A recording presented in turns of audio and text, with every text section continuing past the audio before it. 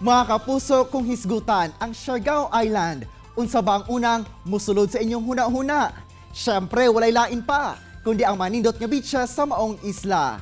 Apan tungod kay apektado ang tourism industry karon, usa ka assistant manager sa resort ang nangita og extra nga pagkakitaan pinaagi sa pag-bake og plant-based o vegan desserts nga sakto alang sa mga health conscious. Paunsa kaha ang paghimo og vegan home-baked desserts. At nung sayron ka na, pinaagi sa itong makauban karong buntaga, si Zhara Merquita. Ma'am Zhara, maayong buntag ug dayon sa At Home with GMA Regional TV. Kamusta ka, ma'am? Ngayong buntag, Argel, o good morning sa tanan pod na nagawatch karon sa At Home with GMA Regional TV. Okay lang po diri, kamudira, are you okay also? Yes, ma'am. Okay pod kay mi diri. Ma'am, when you say vegan diet, unsa niya klaseng pagkaon o meal plan compared sa mga usual nga ginakaon nga pagkaon nato? When you say vegan, it's basically plant-based. So it's not just, explain lang ako na ang vegan is not just a diet. Veganism is also a lifestyle. Besides sa mukaon lang ka o gulay or kanang chicken muka o karne such as beef, chicken, or fish, or anything that you can put sa itlog, eggs, or dairy, or butter. Dili pud ka mo support of anything na nag-expect of animals such as dili ka mo support of zoo, dili ka mo support of animal leather, dili ka mo support of mga makeups na tested on animals. Aware ka na mindful ka sa imong ginatake as a person, not just sa imong food, but also sa products na imong gina-use o sa mga activities na imong gina-support. Ma'am, unsa nakakadugay nagsugod sa pag-bake og vegan home-baked desserts o unsa ang nag-inspire nimo niini? Since sa una pa sa Davao pa ko, wala pa ko na-assign sa Siargao, naga-bake na dyan ko og mga vegan desserts.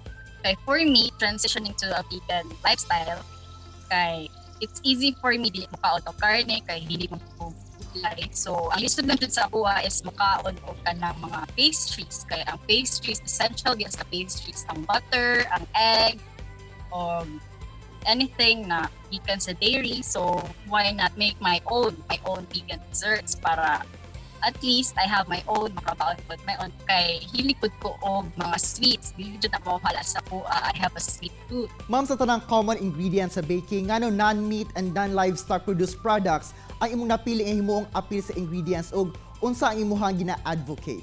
So, simple lang akong gina-advocate.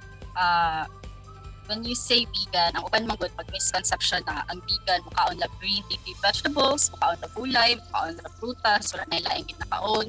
When in fact, being vegan, pwede gihapon ka makakaon sa imong mga favorites such as chocolate cakes, pizzas, ice cream, na mga alternatives na. Ma'am, paunsa nakatabang ang imong pag-bake og vegan desserts sa imong panginabuhian karon labi pa nga nabalda ang turismo diha sa isla tungod sa pandemya? So karon mingaw jud kaayo ang isla, wala kaayo turista. So nagka-time ko, na ko spare time to actually do what I like. Kaya before very busy, I don't have time to practice or perfect my craft. So karon nagka-time ko na mag-practice ng vegan pastries, vegan food, nag-veganize ko mga favorite food na ko. Kunya na nagka-extra income ko, nagka-benefit ko at the same time because this food I'm doing is actually for me, na gina-share na ako sa uban. O karon mga kapuso, ipakita ka nato ni Ma'am Zhara ang iyang pag-bake sa bestseller nga vegan banana bread. So today I'm gonna be sharing with you my best-selling vegan banana bread.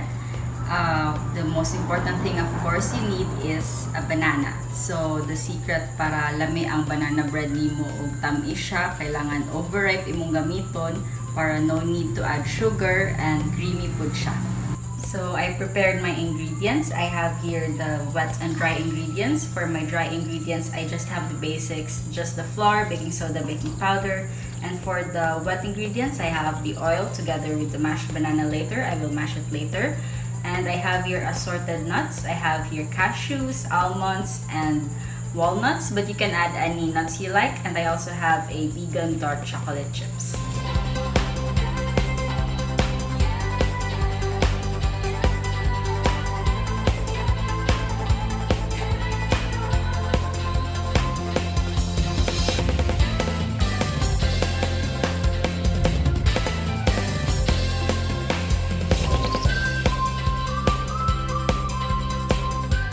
karon na mix na nako siya tarong, as you can see. And now, ready na siya i-transfer sa baking pan.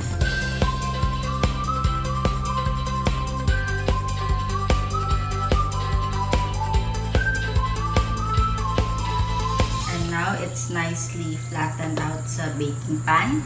So, pwede na nato ibutang ang atong toppings na assorted nuts and chocolate chips.